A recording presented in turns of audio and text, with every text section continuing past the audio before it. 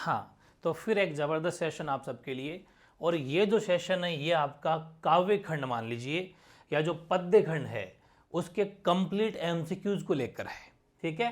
क्योंकि अपन ने उसके वितान के कर लिए थे और यहाँ से भी डेफिनेटली एमसीक्यूज है, लेकिन चैप्टर 9 है तो मैंने very very selective, very very important 50 आपके एमसीक्यू सेलेक्ट किए, मात्र 50, ठीक है।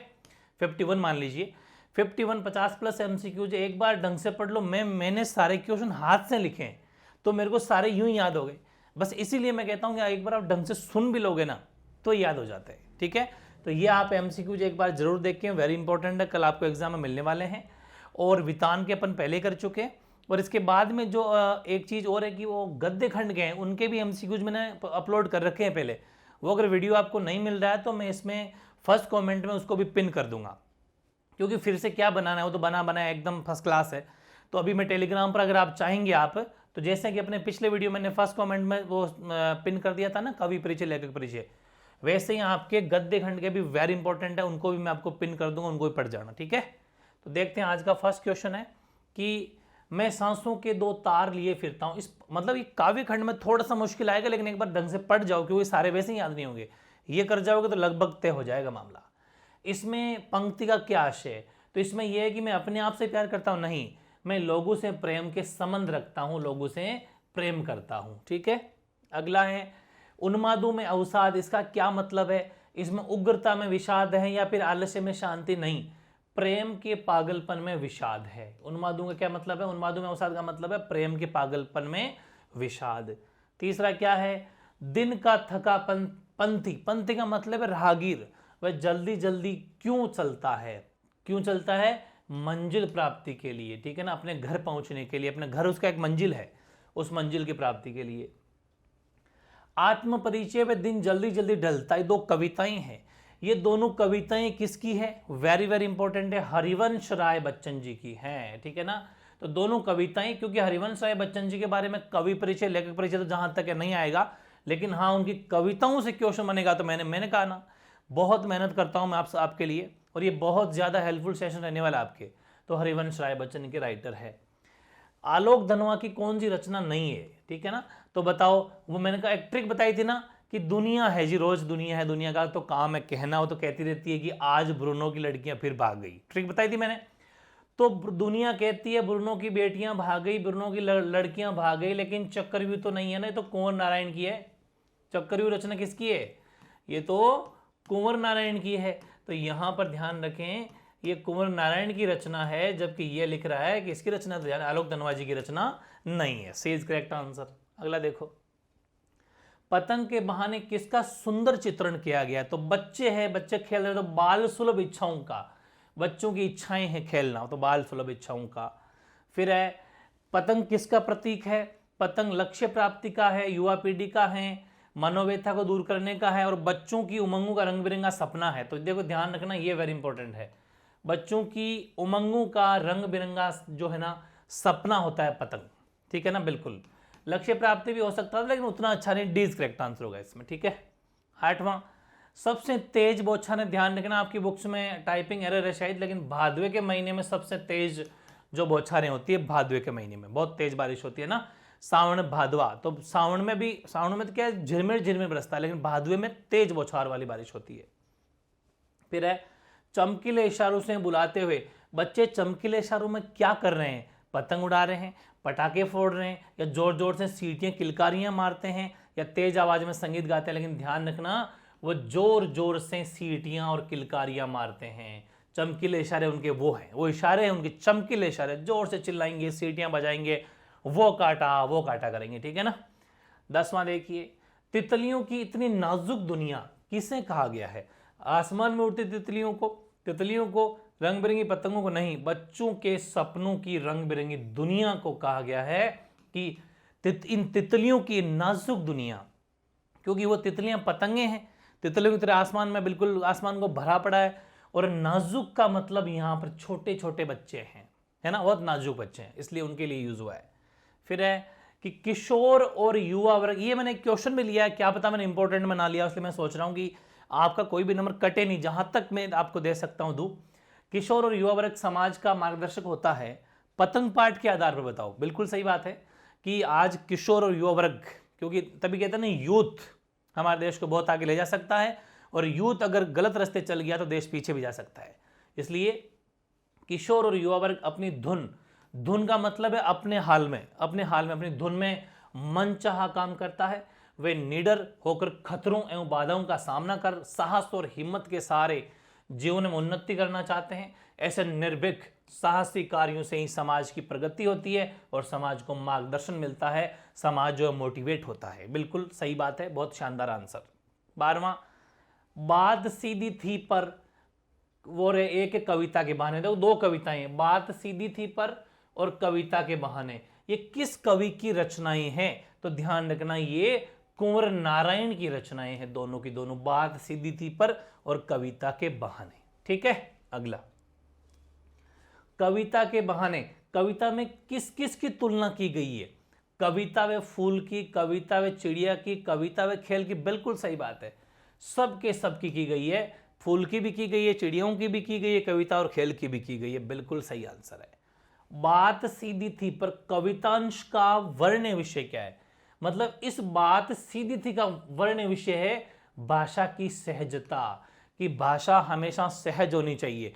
इतने डिफिकल्ट वर्ड यूज ना करें कि अगले को समझ में नहीं आए, और कभी कभी तो इवन जो लिखने वाला है वो भी भूल जाएगा कि मैं क्या लिख रहा हूं। ठीक है, तभी तो कहते हैं ना बात की चूड़ी मर गई, भी क्वेश्चन शायद दिया होगा मैंने।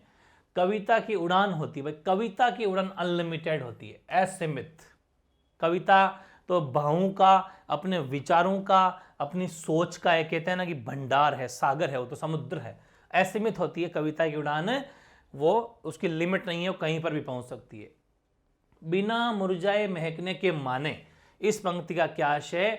इसका मतलब है कविता कभी नहीं मुरझाती, कविता कभी पुरानी नहीं होती, कविता कभी मुरझाती नहीं है, कविता कविता है, हमेशा एंटरटेनिंग होती है, इंटरेस्टिंग होती है, हमेशा मोटिवेट करती है। कविताएं आप देख लो कितनी पुरानी, सालों बरस पुरानी कविताएं भी हमें अच्छी लगती है।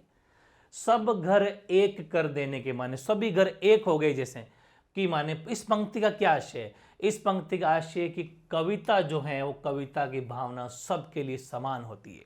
ठीक है ना, बिल्कुल। कविता ये नहीं सोचती है किस धर्म का, किस जाति का, ये गरीब है अमीर, कुछ नहीं। कविता की भावना सबके लिए एक समान होती है। बात और पेचीदा का मतलब है और ज्यादा मुश्किल हो गई, चली गई, क्यों? क्योंकि भाषा का चमत्कार दिखाने के चक्कर में कि मैं ऐसी भाषा का यूज करूंगा कि मजा आ जाएगा, सामने लगाएगा वाह। जबकि ध्यान रखना, वाह वाह ज्यादा मूर्ख लोग करते हैं, उनको समझ में नहीं आता, बस वाह वाह की, बस ये है कि वाह वाह करने, कभी कभी तो वो बीच में ही वाह वाह कर देते हैं, जबकि वाह वाह करने का समय भी नहीं है अभी। ठीक है, तो ए इज करेक्ट आंसर, ये भी सही है। बात पेचीदा क्यों हो गई? कि चमत्कार दिखाने के चक्कर में हो गई।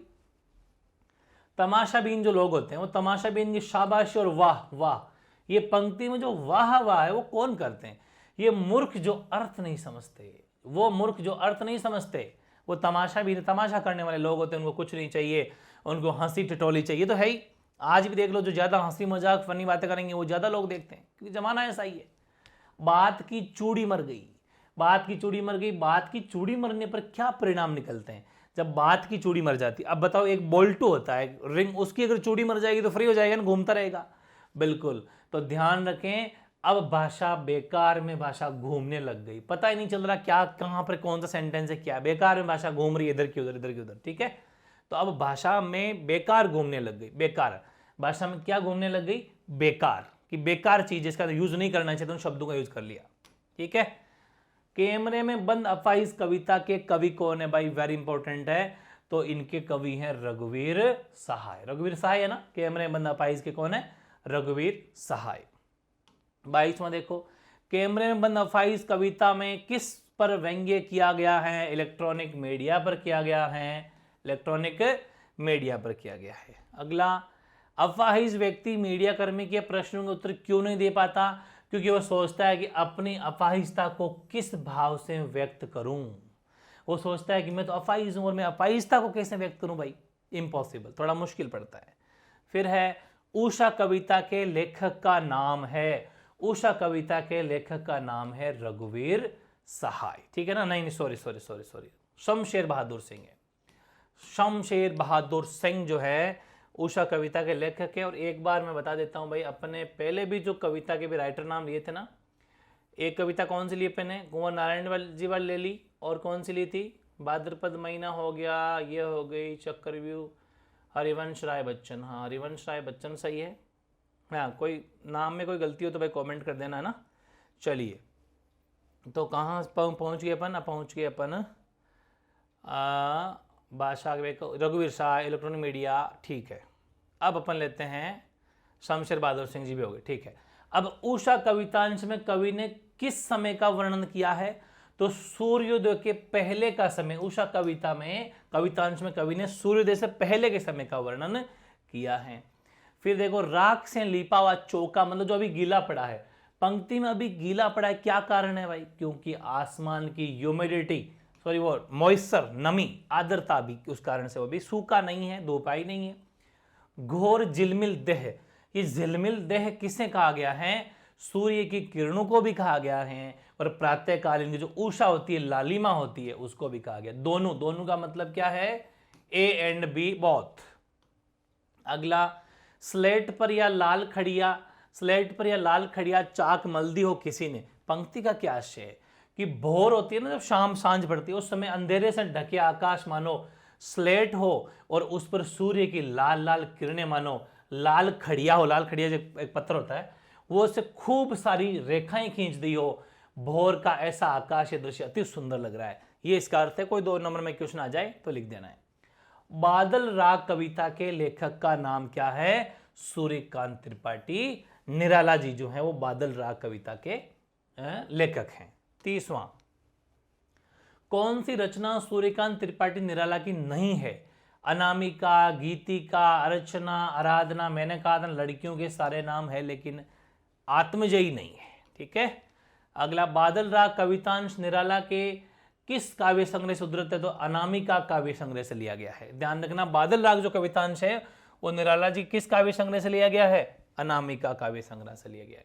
क्रांति हमेशा किसका प्रतिनिधित्व करती है, तो वो करती है वंचित वर्गों का, जो अभी वंचित, जिनको नहीं मिला हुआ है कुछ, वंचित वर्गों का हमेशा रिवॉल्यूशन जो है, हमेशा लीडरशिप करती है, मतलब नेतृत्व करती है। अट्टालिका नहीं है रे, तो फिर क्या है इसमें, अट्टालिका किसका प्रतीक है, वो महलों का नहीं है, वो पूंजीपतियों का है। इन्होंने बहुत पैसा दबाया है, बहुत करप्शन से कमाया है, वरना 50-60 हजार की नौकरी तो हर कोई करता है, लेकिन बड़े अधिकारियों के इतने बड़े महल और गढ़ कहां से आ गए, इतने बड़ी बड़ी गाड़ियां, इतने बड़े बड़े फ्लैट मकान कहां से आए, ऑफ कोर्स सी बात है, करप्ट है, भ्रष्टाचारी है।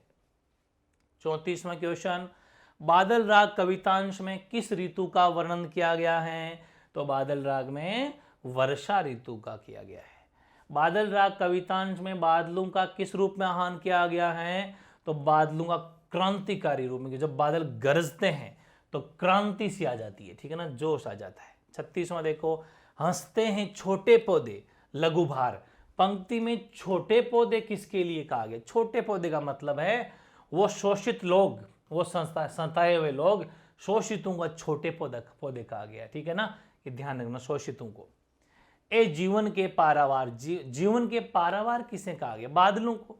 पारावार का मतलब है ए जीवन के पार, मतलब बादल तू मेरे हमारे जीवन को पार लगा दे, जीवन की नैया पार लगा दे, पारावार बादलों को आ गया है। कौन सी रचना तुलसीदास जी की नहीं है, रामचरितमानस है, विनय पत्रिका है, कृष्ण गीतावली है, रामायण नहीं है, बिल्कुल सही है। 39 देखो, तुलसीदास ने सबसे बड़ी आग बताई है पेट की आग को, भाई पेट की आग, जठराग्नि सबसे बड़ी आग है, ठीक है ना। पेट पापी है, इसके लिए इंसान न जाने क्या क्या करता है। पेट की आग शांत करने के लिए क्या करते हैं तुलसीदास के मतानुसार, व्यक्ति ऊंचे नीचे कर्म करता है, धर्म अधर्म कर्म करता है, आखेट मतलब मारना करना, वो जो करते हैं ना, क्या बोलते हैं, शिकार वगैरह, वो करता है, उपयुक्त सभी, ध्यान रखना, ठीक है ना, सारे काम पेट की आग को शांत करने के लिए इंसान करता है। धूत कहो, अवधूत कहो, राजपूत कहो, जोलहा कहो कोहू, पंक्ति में अवधूत शब्द किसके लिए प्रयोग हुआ है, वो सन्यासी के लिए प्रयोग हुआ है। अवधूत शब्द किसके लिए, सन्यासी, घर बार त्यागने वाला। तव प्रताप उर राखी, प्रभु जेहू नाथ तुरंत, पंक्ति में नाथ शब्द है ना, वो किसके लिए प्रयुक्त हुआ है? वो भरत के लिए प्रयुक्त हुआ है। किसके लिए? भरत के लिए प्रयुक्त हुआ है नाथ शब्द। ये भी काफी इंपॉर्टेंट क्वेश्चन आपका हो जाता है। 43वां, भरत के बिना राम की अवस्था कैसी हो गई है? बिना पंख के पक्षी की तरह, बिना मणि के सर्प की तरह, बिना सूंड के हाथी की तरह। बिल्कुल सही बात है, सारी की सारी बातें सही है, ठीक है ना।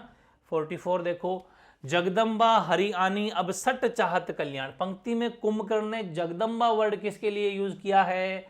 तो जगदम्बा किसको कहा है? मां सीता मैया को, ठीक है ना, मां सीता को कहा है। रुबैया क्या है? रुबैया का अर्थ क्या है? रुबैयों का अर्थ होता है उर्दू फारसी एक छंद, उर्दू फारसी का एक छंद है, उसे रुबैया कहा जाता है, ठीक है ना। अगर अर्थ पूछ ले 1 नंबर में तो। उलझे हुए गेसुओं में, पंक्ति में गेसुएं शब्द बच्चे के जो घुंघरालू बाल होते हैं ना कृष्ण भगवान की तरह, बालों में, बालों को कहा गया, ठीक है ना। ये गेसुएं वर्ड किसके लिए यूज हुआ है? बालों के लिए यूज हुआ है। बालक के चांद की जिद करने पर उसकी मां ने उसकी संतुष्टि कैसे दिलाई थी? मिरर में, दर्पण में चांद दिखा दिया था, मतलब मिरर के अंदर एक प्रतिबिंब दिखा दिया था, इमेज दिखा दी थी उसके अंदर, ठीक है ना, वेरी इंपॉर्टेंट। उमा शंकर जोशी ने संस्कृत के किस साहित्य का गुजराती में अनुवाद किया? अभिज्ञान शाकुंतलम का गुजराती भाषा के अंदर अनुवाद किया। 49 देखिए, कोई अंधड़ कहीं से आया। कवि के अनुसार अंधड़ शब्द का प्रयोग क्या है? वो एक फीलिंग्स है, वो एक भावनात्मक आंधी है। निराशावादी या प्रकृतिवादी या विनाशवादी या मायूसी नहीं है, ये एक भावनात्मक आंधी है, ठीक है। 50वां देखो, बगुलों के पंख कविता के लेखक कौन है? तो बगुलों के पंख कविता के लेखक उमा शंकर जोशी है। और बगुलों के पंख कविता में किस समय का वर्णन किया गया है? तो सायंकाल के समय का वर्णन किया गया है। कैसे लगे 51 क्वेश्चन? टॉप 51 क्वेश्चन है, हाथ से लिखे, आपके लिए मेहनत की है, जरूर इसका बेनिफिट आपको लेना है। कोई छोटी मोटी गलती अगर रह गई हो, क्योंकि मैंने ये आंसर जब लिखे थे उसी टाइम याद किए थे, तो कोई छोटी मोटी अगर गलती, क्योंकि जब पढ़ता गया आंसर ऑटोमेटिक याद होते गए, तो कोई छोटी मोटी गलती रह भी गई हो तो मुझे बता देना भाई, मैं कमेंट करके आपका सोल्यूशन कर दूँ। मेरे हिसाब से गलती नहीं रहनी चाहिए, ठीक है। और इसको ढंग से पढ़ के चले जाना, आपके बहुत हेल्प होने वाली है। और किस सेशन पर वीडियो बनाना है या कोई क्लास लेनी है तो बता देना, आज मैं आपके सारी क्लास ले लूँगा, ठीक है ना, कोई दिक्कत वाली बात नहीं है। बाकी पेपर बहुत अच्छा होगा, all the best, best wishes आपके लिए, और पढ़ते रहो। कोई भी डाउट हो तो कमेंट कर देना, ठीक है ना। ओके।